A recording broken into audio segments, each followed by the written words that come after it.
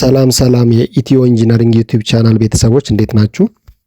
እኔ ኢንጂነር ፋሲል ነኝ። ዛሬ ይዤላችሁ የቀረብኩት ቤዝመንት ያለው G+4 ጣሪያው በኮንክሪት የተሞላ ቴራስ የሆነ ህንፃ ከመሰረት ወይም ከፉቲንግ ጀምሮ እስከ ፊኒሺንግ ያለውን ጠቅላላ የዋጋ ዝርዝር ሲሆን እንደተለመደው ቪዲዮ ላይክ በማድረግ ጀምሩ። ቻናሉ እንደዚህ አይነት ጠቃሚ የግንባታ መረጃዎች የሚቀርቡበት ቻናል ስለሆነ ሰብስክራይብ ያድርጉ።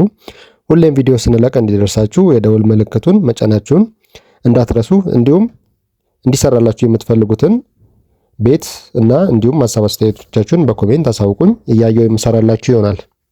ከቤቱ መሰረታዊ ይዘት ስንጀምር እንግዲህ ቤቱ ያረፈው 150 ካሬ ሜትር ላይ ሲሆን እንግዲህ ቤት ቤዝመንት አለው፣ እንዲሁም ደግሞ G+4 አለው፣ እንዲሁም ደግሞ ከላይ ቴራስ አለው። እንግዲህ ተመልካቾቼ ይህን ቤት በሶስት አይነት መጠቀም እንችላለን። አንደኛ ሙሉ ለሙሉ ገስት ሃውስ አድርገን መጠቀም እንችላለን። እንዲሁም አፓርታማ አድርገን መጠቀም እንችላለን። እንዲሁም ደግሞ ሚክስድ ዩዝ ማድረግ እንችላለን። ማለት ከታች ያለውን ግራውንድ ፍሎሩን ለንግድ ተጠቅመንበት ከላይ ያለውን ደግሞ እንደ ገስት ሃውስ መጠቀም እንችላለን ማለት ነው። እንግዲህ እንደዚህ በሶስት አይነት ስንጠቀምበት ምን አይነት ክላሶች ይኖሩታል የሚሉትን በዝርዝር ላሳያችሁና ከዛን ወደ ማቴሪያል ዝርዝሩ የምገባላችሁ ይሆናል። እንግዲህ ይህን ቤት ገስት ሃውስ አድርገን ብንጠቀመው ምን አይነት ክላሶች ይኖሩታል፣ ስንት ክፍል ይኖረዋል የሚለውን ስንመለከት እንግዲህ ከታች ያለው ቤዝመንት ላይ ጂም ሊኖረን ይችላል፣ ላውንደሪ ሊኖረን ይችላል። ማለት አንሶላ፣ አንዳንድ ልብሶች የሚታጠቡበት፣ እንዲሁም ስቶር ይኖረናል። እንዲሁም ደግሞ የሰራተኞች ሩም እና የሰራተኞች መቀያየሪያ ቦታ ይኖረናል። እንዲሁም ደግሞ ወተር ታንከር እንደ ወተር ፓምፕ ኤሪያ፣ የውሃ ማጠራቀሚያ እና ውሃ ወደ ላይ ፓምፕ የሚደረግበት ኤሪያ ይኖረናል። እንዲሁም ደግሞ ኤሌክትሪካል ኮንትሮል ሩም ይኖረናል ማለት ነው። እንዲሁም ደግሞ ግራውንድ ፍሎሩን ስንመለከት ደግሞ የመጀመሪያው መሬት ላይ ያለው ፍሎር ማለት ነው ሪሴፕሽን ይኖራል። እንዲሁም ሎቢ ዌይቲንግ ኤሪያ አይነት ነገር ሎቢ ይኖረናል። እንዲሁም ደግሞ 6 ሩሞች ይኖሩናል። እንግዲህ እንደ ገስት ሃውስ የምንጠቀም ከሆነ እነኚህ 6 ሩሞች ሙሉ ለሙሉ ገስት ሃውስ ነው የሚሆኑት። ግራውንድ ላይ ሪሴፕሽን እና 6 የአልጋ ክፍል ይኖረናል ማለት ነው። እንዲሁም ደግሞ ከላይ ያለው G+4ን ስንመለከተው አራቱ ከግራውንድ በላይ ያሉት ሩሞች እያንዳንዳቸው 7 ክፍል የመኝታ ክፍል ይኖራቸዋል ማለት ነው። አጠቃላይ 28 ይሆናል የአራቱ ጠቅላላ ከግራውንዱ ጋር በምንደምርበት ሰዓት 35 የአልጋ ክፍሎች ይኖሩናል ማለት ነው። ይህ ህንፃ 35 የአልጋ ክፍሎች ሰፋ ያለ የአልጋ ክፍሎች 35 ማስተናገድ ይችላል ማለት ነው። ሌላው ቴራስ ነው። ቴራስ ማለት እንግዲህ ይሄ የጣሪያው የቤቱ ጣሪያ ነው። በኮንክሪት የሚሞላ ከሆነ በቆርቆሮ ማይሰራ ከሆነ እሱም እንዲሁ ለተለያየ ፋንክሽን ልንጠቀምበት እንችላለን። በብዛት አልጋ ቤቶች ለአንሶላ ማስጫ፣ ለአንዳንድ ነገር ለውሃ ማስቀመጫ ምናምን ነው የሚጠቀሙበት። ግን ኢኮኖሚክ እንዲሆን ለአንዳንድ ፋንክሽን መጠቀም እንችላለን። ለምሳሌ ኮፊ እንደ ጁስ ባር እዛ ላይ ማስቀመጥ እንችላለን አሳምረ ነው። እንዲሁም ደግሞ ዳይኒንግ ስፔሶች መመገቢያ ቦታዎችን ማስቀመጥ እንችላለን። እንዲሁም መመገቢያ ቦታዎችና የኮፊ ኤሪያን እዛ ላይ የምናረግ ከሆነ ኦፕን ኤር ሲቲንግ ይኖረዋል። ጥሩ ነው ለንፋስ ለመቀበልም፣ እንዲሁም ደግሞ ጥሩ ሲቲ ቪው ይኖረዋልና ለእንደዚህ አይነት ፋንክሽን መጠቀም ጥሩ ነው። ሌላው እንግዲህ ይህንን ቤት እንደ አፓርትመንት የምንጠቀመው ከሆነ እያንዳንዱ ፍሎር ሁለት ቤተሰብ የሚይዝ አፓርታማ ይኖረዋል። እንግዲህ ይሄ ሁለቱ ቤቶች ምን አላቸው ካል ሊቪንግ ሩም፣ ኪችን፣ 2 ቤድሩም እና አንድ የመታጠቢያ ክፍል ይኖረዋል ማለት ነው። እያንዳንዱ ፍሎር ላይ ሁለት እንደዚህ አይነት ቤቶች ሲኖሩ 5ቱ ፍሎር ላይ ደግሞ 10 ባለ 2 መኝታ አፓርታማ ይኖረናል ማለት ነው። እንዲሁም ደግሞ ቤዝመንቱን ለስቶር እና ለጂም እንዲሁም 1-2 ክፍሎች የሚከራዩ ልናደርግበት እንችላለን ማለት ነው። ሌላው ይህን ቤት ሚክስድ ዩዝ የምናደርገው ከሆነ ከስር ለንግድ አድርገን ከላይ ለገስት ሃውስ የምናደርገው ከሆነ ምን አይነት ክፍሎች ሊኖሩት ይችላል የሚለውን ስናየው ቤዝመንት ላይ ፓርኪንግ ኤሪያ፣ ወተር ታንከር ኤሪያ እንዲሁም ስታፍ ሩም እንደ ስቶሬጅ ማድረግ እንችላለን። ግራውንድ ፍሎሩ ላይ ደግሞ 4 ሰፋፊ ሱቆችን ማድረግ እንችላለን። እንዲሁም ሪሴፕሽን ክፍልና ስሞል ካፌ ነገር አነስተኛ ካፌ ነገር ይኖረናል። እንዲሁም ደግሞ ፎቁ ከፕላስ ዋኑ ጀምሮ ማለት ነው 4ቱ ፍሎር 7 መኝታ ክፍሎች ይኖሩናል። እንግዲህ 4ቱ ፍሎሮች በ7 ስናባዛው 28 አልጋ ቤት ልናደርገው እንችላለን ማለት ነው፣ በሚክስድ ዩዝ ማለት ነው። እንግዲህ ተመልካቾቼ የቤቱን ይዘት እንደዚህ ዘርዘር አድርጌ ካስረዳኋችሁ ይህን ቤት ለመስራት ደግሞ ስንት ብር ያስፈልጓል፣ ምን አይነት ማቴሪያሎች ያስፈልጉታል ወደሚለው ዝርዝር ስገባላችሁ ይሄንን ዝርዝር በ4 ቻፕተር ከፋፍዬ የማሳያችሁ ሲሆን አንደኛው የቤዝመንት ማቴሪያል ሪኳየርመንቱ ነው። ሁለተኛው ስትራክቸሩን ለመስራት የሚያስፈልጉ ማቴሪያል ሪኳየርመንት ሲሆን ሶስተኛው የፊኒሺንግ ማቴሪያል ሪኳየርመንት እና ጠቅላላ ዋጋዎቹን የምነግራችሁ ይሆናል። ቤዝመንቱን ስንመለከት መጀመሪያ ላይ የምናየው ፌሮ ነው። ፌሮ ባለ 16 205 ቤርጋ ያስፈልገናል። በ3000 ብር 615000 ብር ይመጣል። እንዲሁም ባለ 14 ሚሊ ሜትር 211 ቤርጋ ያስፈልገናል። በ2400 506400 ብር ይመጣል። እንዲሁም ባለ 12 169 ቤርጋ ያስፈልጋል። በ1800 ብር 304200 ብር ይመጣል። እንዲሁም ባለ 8 169 ቤርጋ ያስፈልገናል። በ850 ብር 143650 ብር ያስፈልገናል። ሌላው ሲሚንቶ ነው። ሲሚንቶ እንግዲህ ቤዝመንቱን ለመስራት 360 ኩንታል አካባቢ ያስፈልጋል። እንግዲህ ቤዝመንት ስንሰራ ኦፒሲ ሲሚንቶ ብንጠቀም ይመረጣል። የውሃ ፐርኮሌሽን ሊኖር ስለሚችል በ1500 ብር ኦፒሲ 1500 ብር ነው። 360 ኩንታል 540 ሺህ ብር ይመጣል። እንዲሁም አሸዋ 4 ሲኖ እንጠቀማለን። አንዱ ሲኖ 60 ሺህ ብር ሲሆን አራቱ ሲኖ 240 ሺህ ብር ገደማ ይመጣል። ሌላው ጠጠር ነው። ጠጠርም 5 ቢያጆ ያስፈልገናል። እሱም እንደዛው 60 ሺህ ብር ነው በቢያጆ 300 ሺህ ብር ለጠጠር ያስፈልገናል። ሌላው ወተር ፕሩፊንግ ሜምብሬን የሚባል አለ 220 ካሬ ያስፈልገናል። እንግዲህ ወተር ፕሩፊንግ ሜምብሬን 11600 ነው የሚሸጠው። 10 ሜትር ሮሉ 10 ሜትር ነው። እንግዲህ 1 ሜትር 1160 ብር ማለት ነው። 220 በ1160 ስናባዛው 255200 ብር ያስፈልገናል ማለት ነው። ሌላው ፎርምወርክ ነው። ፎርምወርክ ባለ 12 ሚሊም ፕላይውድ 150 ፒስስ ያስፈልገናል። በ2400 360 ሺህ ብር ይመጣል። እንዲሁም 600 እንጨት ያስፈልገናል። ለሾሪንግ እንደ ዎል ኢሬክቲንግ ግድግዳውን ለማቆም ማለት ነው። አንድ እንጨት 300 ብር ገደማ ነው። 180 ሺህ ብር ለእንጨት ያስፈልገናል። እንዲሁም ፒቪሲ ወተር ስቶፕ የሚባል 60 ሜትር ያስፈልገናል። አንዱ 450 ብር ነው። 27 ሺህ ብር ያስፈልገናል። እንግዲህ ይህንን ጠቅለል አድርገን በምንደምርበት ሰዓት 3 ሚሊዮን 471450 ብር ይመጣል ማለት ነው። ይሄንን ቤዝመንቱን ሰርቶ ለመጨረስ ሌበር ኮስት 1 ሚሊዮን 125 ሺህ ብር ያስፈልገናል። ጠቅላላ የማቴሪያልና የሌበር ኮስቱን የቤዝመንቱን ስንደምረው 4 ሚሊዮን 596450 ብር ያስፈልገናል ማለት ነው። ሌላው ስትራክቸራል ወርኩን ስኬሌተሉን ለመጨረስ የሚያስፈልጉን ማቴሪያሎች የመጀመሪያው ፌሮ ነው። ፌሮ ባለ 20 ሚሊ ሜትር 150 ቤርጋ ያስፈልገናል። እንግዲህ ይህን የምንጠቀመው ለሄቪ ኮለመኖች ሲሆን 150 ቤርጋ በ5500 825 ሺህ ብር ይመጣል። እንዲሁም ባለ 16 ሚሊ ሜትር 660 ቤርጋ ያስፈልገናል። ይህን ደግሞ ለሜን ኮለመን እና ሜን ቢምስ የምንጠቀመው ነው። በ3500 2 ሚሊዮን 310 ሺህ ብር ያስፈልገናል። ሌላው ባለ 14 ሚሊም ፌሮ ሲሆን 667 ቤርጋ ያስፈልገናል። እንግዲህ ይህን ደግሞ ለሰከንደሪ ቢም እና ለሄቪ ስላብ የምንጠቀመው ሲሆን በ2600 ብር ስናባዛው 1 ሚሊዮን 734200 ብር ያስፈልገናል። ሌላው ባለ 12 ሚሊም ፌሮ ሲሆን 720 ቤርጋ ያስፈልገናል። ይህን ደግሞ ለስታንዳርድ ስላብ የምንጠቀመው ሲሆን በ1800 ብር ስናባዛው 1 ሚሊዮን 260 ሺህ ብር ያስፈልገናል። ሌላው ባለ 8 ሚሊ ሜትር 816 ቤርጋ ያስፈልገናል። ያው እንደ ስቲራፕ ነው የምንጠቀመው፣ ለማሰሪያ ነው። በ900 ብር ስናባዛው 734400 ብር ያስፈልገናል ማለት ነው ለባለ 8 ሚሊም። እንዲሁም ደግሞ ሲሚንቶ ስንመለከት 1950 ኩንታል ያስፈልገናል። በ1150 ብር ስናባዛው ይህን ፒፒሲ ሲሚንቶ ነው የምንጠቀመው ከመሬት በላይ ላለው። በ1150 ብር ስናባዛው 2 ሚሊዮን 242500 ብር ያስፈልገናል ማለት ነው።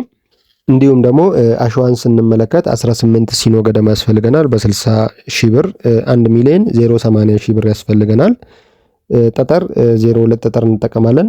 29 ሲኖ ያስፈልገናል። በ60 ሺህ ብር 1 ሚሊዮን 740 ሺህ ብር ያስፈልገናል። እንዲሁም ብሎኬት 18500 ብሎኬት ያስፈልገናል።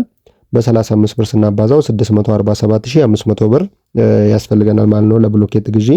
እንዲሁም ደግሞ እንጨት 1500 ፒስስ እንጠቀማለን። ይህንን ለሾሪንግ እና ለስካፎልዲንግ የምንጠቀመው በ300 ብር ስናባዛው 450 ሺህ ብር ይመጣል ማለት ነው። ሌላው ፕላይውድ ነው። ፕላይውድ ባለ 18 ሚሊ ሜትር 300 ሺት እንጠቀማለን። በ3200 ስናባዛው 960 ሺህ ብር ይመጣል ማለት ነው። እንግዲህ ይህንን ማቴሪያል ኮስት ጠቅለል አድርገን ስንደምረው 13 ሚሊዮን 983600 ብር ይመጣል። ይህንን ስትራክቸሩን ሰርቶ ለመጨረስ ሌበር ኮስት ጠቅላላ 4 ሚሊዮን 550 ሺህ ብር ያስወጣናል። እንግዲህ ማቴሪያል ኮስቱና ሌበር ኮስቱን ስንደምረው 18533,600 ብር ይመጣል ማለት ነው። በቀጣይነት የምናየው የቤቱን የመጨረሻ ምዕራፍ ሲሆን ይህም ፊኒሺንግ ነው። የፊኒሺንግ ማቴሪያሎችን ስንመለከት ፍሎሪንግ እንደ ስከርቲንግ 950 ካሬ ገደማ ሴራሚክ ያስፈልጋል። በ3300 ስናባዛው ለሴራሚክ ስራ 3 ሚሊዮን 135 ሺህ ብር ገደማ ያስፈልገናል። እንዲሁም አሉሚኒየም ዶር ኤንድ ዊንዶውስ 120 ካሬ ያስፈልገናል። ይህንን በአንዱን ካሬ በ15 ሺህ ብር ብናባዛው 120 ካሬው 1 ሚሊዮን 800 ሺህ ብር ገደማ ይመጣል። እንዲሁም ሌላው ፔይንቲንግ እንደ ጂፕሰም ነው። ለሱ ጠቅላላ ዋጋ 920 ሺህ ብር ገደማ ይፈጅብናል። ሌላው ዶር ኤንድ ሎክ የውስጥ በሮች እና ቁልፎች አክሰሰሪዎቹ ጋር 750 ሺህ ብር ገደማ ያስፈልገናል። እንዲሁም ደግሞ የኤሌክትሪካል ኢኩዊፕመንት ዘርዘር አድርጌ ስነግራችሁ ዋየር ባለ 2.5ቱ 45 ጥቅል ያስፈልገናል። በ4000 ብር ስናባዛው 180 ሺህ ብር ገደማ ያስፈልገናል። እንዲሁም ባለ 4 ሚሊ ሜትር ዋየር ኤሌክትሪክ ሽቦ ማለት ነው 25 ሮል ያስፈልገናል። በ7200 ብር ስናባዛው 180 ሺህ ብር ይመጣል።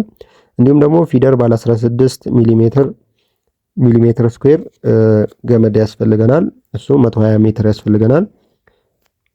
ሜትሩን በ1800 ብር ስናባዛው 216 ሺህ ብር ያስፈልገናል። እንዲሁም ዲስትሪቢዩሽን ቦርድ 12 ዌይ የሚባል ዲስትሪቢዩሽን ቦርድ 6 ፍሬ ያስፈልገናል።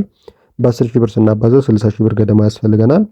ብሬከር 60 ፒስስ ያስፈልገናል። በ450 ብር ስናባዛው 27 ሺህ ብር ይመጣል። እንዲሁም ኮንዲዩት ሪጅድ ኮንዲዩት 800 ፍሬ ያስፈልገናል። በ120 ብር ስናባዛው 96 ሺህ ብር ይመጣል። ስዊች ኤንድ ሶኬት 180 ፒስስ ያስፈልገናል። 180 ፍሬ በ450 ብር ስናባዛው 81 ሺህ ብር ይመጣል። ሌላው ላይቲንግ የመብራት ስራዎች ሲሆን እንግዲህ መብራት እንደ ፍላጎታችሁ ነው የምትጠቀሙት። ከ600 ጀምሮ እስከ 1200 ብር ድረስ በአቨሬጅ መጠቀም ትችላላችሁ። 120 መብራት ያስፈልገናል። በ600 ነው ያስኩላችሁ እኔ 72000 ብር ገደማ ለመብራት ያስፈልገናል ማለት ነው። እንግዲህ ይህን ኤሌክትሪካል ወጪ ስንደምረው 912000 ብር ለኤሌክትሪካል ኢንስታሌሽን ያስወጣናል ማለት ነው። ሌላው ሳኒታሪ ነው። የሳኒታሪ እቃዎች ደግሞ WC የመቀመጫው ሽንት ቤት 28 ሴት ያስፈልገናል። 28 ፍሬ ማለት ነው። አንዱ 10 ሺህ ብር 280 ሺህ ብር ገደማ ይወስድብናል። መቀመጫው ሽንት ቤት ማለት ነው። የእጅ መታጠቢያ ሃንድ ዋሽ ቤዚን 28 ፍሬ ያስፈልገናል። 168 ሺህ ብር ገደማ ያስወጣናል። እንዲሁም ሻወር ሴት 28 ፍሬ ያስፈልገናል። 140 ሺህ ብር ገደማ እናወጣለን። ወተር ቦይለር 50 ሊትር 28 ዩኒት ያስፈልገናል። 280 ሺህ ብር እናወጣለን። ወተር ታንከር 2000 ሊትር 2 ያስፈልገናል። 48 ሺህ ብር እናወጣለን። እንዲሁም UPVC ዌስት ፓይፕ 60 ሜትር ያስፈልገናል። በ2800 168 ሺህ ብር ገደማ እናወጣለን። PPR ወተር ፓይፕ 200 ሜትር ገደማ ያስፈልገናል። በ450 ብር 90 ሺህ ብር እናወጣለን። እንዲሁም ወተር ፓምፕ አንድ ወተር ፓምፕ ያስፈልገናል። በ35 ሺህ ብር 35 ሺህ ብር እናወጣለን ማለት ነው። እንግዲህ እስካሁን ያለውን ጠቅላላ የፊኒሺንግ ማቴሪያል ኮስት ስንደምረው 8 ሚሊዮን 193 ሺህ ብር ያስፈልገናል። ይህን ጠቅላላ ፊኒሺንግ ሰርቶ ለመጨረስ ደግሞ ሌበር ኮስት የሰራተኛ የባለሙያ ዋጋ ማለት ነው 2 ሚሊዮን 225 ሺህ ብር ያስፈልገናል። አጠቃላይ የፊኒሺንግ ስራውን ወጪ ስንደምረው 10 ሚሊዮን 418 ሺህ ብር ያስፈልገናል ማለት ነው። ሌላው በመጨረሻ የምናየው የቴራስ ስራ ስንት ብር ያስፈልገናል የሚለው ሲሆን ይህን ቴራስ ለመስራት ጣሪያውን ኮንክሪት ለመሙላትና አንዳንድ ነገሮችን ለማስተካከል ማለት ነው ሲሚንቶ 140 ኩንታል ያስፈልገናል። በ1100 ብር 154 ሺህ ብር ያስፈልገናል። ፌሮ ባለ 12 135 ቤርጋ ያስፈልገናል። 1650 ብር 222750 ብር ያስፈልገናል ማለት ነው። ባለ 8 ፌሮ 45 ቤርጋ ያስፈልገናል። በ900 ብር ስናባዛው 40500 ብር ያስፈልገናል ማለት ነው። እንዲሁም አሸዋ 20 ሜትር ኩብ አሸዋ ያስፈልገናል። በ3200 ብር ስናባዛው 64000 ብር ለአሸዋ እናወጣለን። ጠጠር አንድ ቢያጆ ተኩል ያስፈልገናል። በ60000 ብር ስናባዛው 90000 ብር ገደማ እናወጣለን ለጠጠር። እንዲሁም ወተር ፕሩፍ ሜምብሬን 170 ካሬ ያስፈልገናል። በ1160 ብር ስናባዛው 197200 ብር ያስፈልገናል። ቢቱመን ፕሪሚየር የሚባል አለ 2 ድራም ያስፈልገናል። በ14000 ብር ስናባዛው 28000 ብር ገደማ ይመጣል። እንዲሁም አርማታው ከተሞላ በኋላ ደግሞ ለአንዳንድ ፊኒሺንጎች ሲሚንቶ 45 ኩንታል ያስፈልገናል። 49500 ብር ለሲሚንቶ እናወጣለን በድጋሜ። እንዲሁም ለፓራፊን ለዙሪያ ለአንዳንድ ለብሎኬቶች 800 ፍሬ ያስፈልገናል። በ35 ብር 28500 ብር ያስፈልገናል። ዳውን ፓይፕ 12 ፍሬ ያስፈልገናል። በ2800 33600 ብር ይመጣል። ሴራሚክ ታይልስ 160 ካሬ ያስፈልገናል። በ3000 ብር 480 ሺህ ብር ይመጣል። እንግዲህ ይህን የቴራስ ወጪ ስንደምረው የማቴሪያል ኮስቱ 1,387,550 ብር ይመጣል። እንዲሁም ደግሞ ሌበር ኮስቱ ይህን ቴራሱን ለመስራት 385,890 ይመጣል። ቶታል የቴራሱ ወጪውን ስንደምረው 1,773,440 ይመጣል ማለት ነው። እንግዲህ ውድ ተመልካቾቼ አሁን ሰመራይዝ አድርጌ ጠቅላላ አድርጌ የሌበር ኮስትና ማቴሪያል ኮስቱን የአራቱንም ፌዝ የምነግራችሁ ይሆናል። የመጀመሪያ ቤዝመንቱን ስንመለከት ማቴሪያል ኮስቱ 3,471,450 ብር ይመጣል። ሌበር ኮስቱ 1,125,000 ብር ይመጣል። ጠቅላላ ቤዝመንቱን ለመስራት የሚያስፈልገው ወጪ 4,596,450 ብር ይሆናል ማለት ነው። እንዲሁም ደግሞ ስኬሌተን ስትራክቸር ወርኩን ለመጨረስ ማቴሪያል ኮስት 13,983,600 ብር ይመጣል። ሌበር ኮስት 4,550,000 ብር ይመጣል። ጠቅላላ ለስትራክቸር ወርኩ 18,533,600 ብር ይመጣል ማለት ነው። እንዲሁም ደግሞ ፊኒሺንግ ስራውን ለመጨረስ 8,193,000 ያስፈልጋል ማቴሪያል ኮስት። እንዲሁም ሌበር ኮስት 2,225,000 ብር የሚያስፈልገን ሲሆን ጠቅላላ ለፊኒሺንግ 10,418,000 ብር ያስፈልገናል ማለት ነው። ሌላው እንግዲህ የቴራስ ስራ ሲሆን የቴራስ ስራው ማቴሪያል ኮስቱ 1,387,550 ብር የሚያስፈልግ ሲሆን ለሌበር ኮስቱ ደግሞ 385,890 ብር ይመጣል ማለት ነው። ጠቅላላ 1,773,440 ብር ለቴራስ ስራው ያስፈልገናል ማለት ነው። እንግዲህ ውድና የተከበራችሁ ተመልካቾቼ ይሄን ዋጋ አጠቃላይ አንድ ላይ ስንደምረው ቤዝመንት ያለው G+4 የሆነ እና ከላይ ቴራስ ያለው ቤት 150 ካሬ ላይ ያረፈ ቤት ሰርቶ ለማጠናቀቅ 35,321,490 ብር ያስፈልገናል ማለት ነው። 35,321,490 ብር። እንግዲህ ወደ ተመልካቾቼ ይሄን የዋጋ ግምት የሰራውላችሁ አዲስ አበባ አካባቢ ላላችሁና እንዲሁም ከአዲስ አበባ በ200 ኪሎ ሜትር ሬንጅ ርቀት ላይ ላላችሁ ተመልካቾች ነው። ሌሎቻችሁ ራቅ ብላችሁ የምትገኙ ምናልባት የማቴሪያል ጭማሬ በተለይ የፋብሪካ ማቴሪያሎች ጭማሬ ሊኖራቸው ስለሚችል የማቴሪያል ዝርዝሩን ካገኛችሁ የማቴሪያል ዝርዝሩን እናንተ አካባቢ ባለው ዋጋ ማባዛት ቀላል ስለሆነ የማቴሪያል ዝርዝሩን እያያዛችሁ አካባቢያችሁ ባለው ዋጋ ታባዙትና ጠቅላላ ዋጋውን ማግኘት ትችላላችሁ ማለት ነው። እንግዲህ ከዚህ ቪዲዮ ጠቃሚ መረጃ እንዳገኛችሁበት ባለሙሉ እምነት ነኝ። እስከ መጨረሻ ስለተከታተላችሁኝ ልባዊ ምስጋናዬን እያቀረብኩኝ ሐሳብ አስተያየቶቻችሁን በኮሜንት እንድታሳውቁኝ ፈልጋለሁ።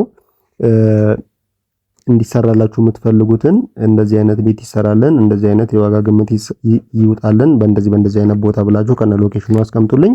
እኔም እያየሁ የምሰራላችሁ ይሆናል። እንግዲህ በቀጣይ ቪዲዮ እስከምንገናኝ ቸር ሰንብቱልኝ። አመሰግናለሁ።